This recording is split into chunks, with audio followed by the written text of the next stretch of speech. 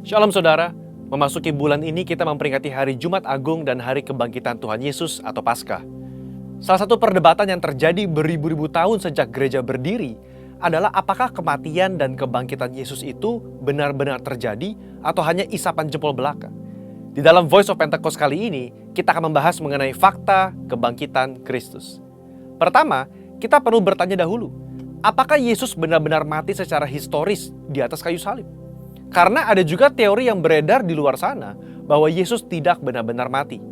Faktanya adalah Yesus secara historis terbukti benar mati di atas kayu salib menurut hukuman Romawi saat itu. Kita memiliki bukti-bukti kuat dari kitab Perjanjian Baru dan kitab sejarah di luar Alkitab yang mencatat ada seseorang bernama Yesus yang betul-betul mati di atas kayu salib. Kedua, bahkan seorang pakar sejarah Perjanjian Baru yang juga seorang ateis dan kritikus utama terhadap kebangkitan Yesus, yaitu Dr. Gerd Ludemann, berkata, secara historis tidak dapat disangkal bahwa Yesus betul-betul mati.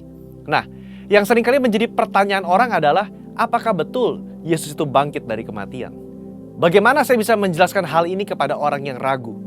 Hari ini, kita akan melihat setidaknya 4 fakta sejarah yang membuktikan kebangkitan Kristus. Pertama, fakta bahwa kubur Yesus itu kosong. Ini adalah salah satu bukti terpenting mengenai kebangkitan Yesus. Karena bahkan orang-orang yang tidak setuju dengan pengajaran Yesus, yaitu para imam kepala dan orang Farisi, mengakui bahwa kubur itu kosong. Ketika para murid mulai berbicara mengenai Tuhan Yesus yang bangkit dari kematian, mereka sampai harus membuat berita bohong bahwa murid-muridnya datang dan mencuri mayat Yesus. Poinnya adalah, imam-imam kepala saat itu juga sadar bahwa kubur Yesus kosong, tetapi mereka tidak mau mengakui kebangkitan Tuhan Yesus. Mereka membuat berita bohong yang tersebar sampai hari ini.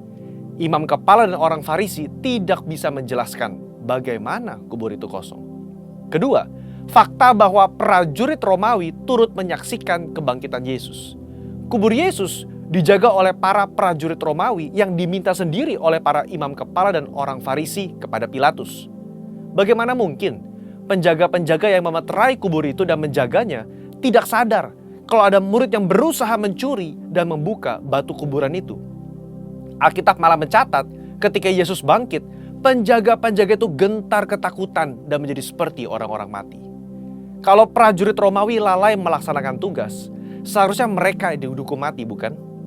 Tetapi faktanya adalah mereka diberikan sejumlah besar uang untuk tutup mulut perihal mujizat kebangkitan Yesus. Ketiga, fakta pertobatan Yakobus saudara Yesus dan juga Saulus. Yakobus yang adalah saudara kandung dari Yesus juga awalnya tidak percaya bahwa Yesus betul-betul anak Allah. Malahan jika kita baca dari Markus 3 ayat 21 dan Yohanes 7 ayat 1-10, jelas tertulis bahwa saudara-saudaranya sendiri pun tidak percaya kepadanya. Tetapi apa yang terjadi dalam kitab Kisah Para Rasul?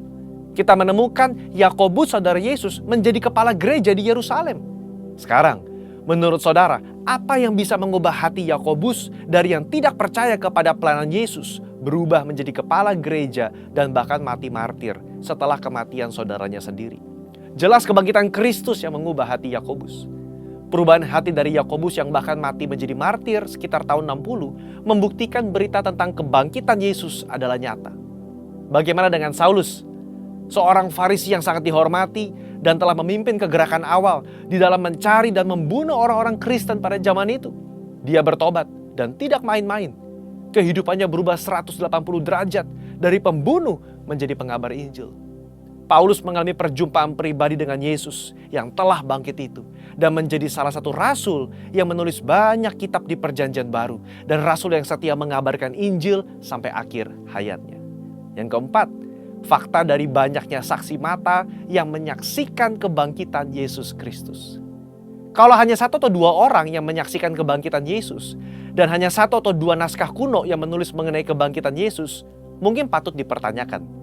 Tetapi Yesus tidak menampakkan dirinya hanya kepada 1 atau 2 orang, tetapi kepada banyak orang.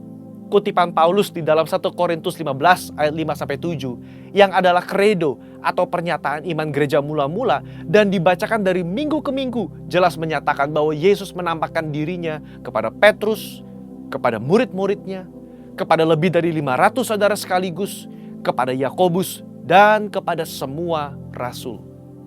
Dalam tulisan-tulisan Injil Matius, Markus, Lukas, dan Yohanes, kita menemukan cerita yang mendukung kredo gereja mula-mula tersebut. Luar biasa bukan? Akhirnya saudara, kita sebagai orang percaya perlu menyadari bahwa bukti-bukti tentang kebangkitannya menguatkan bahwa Yesus itu bangkit.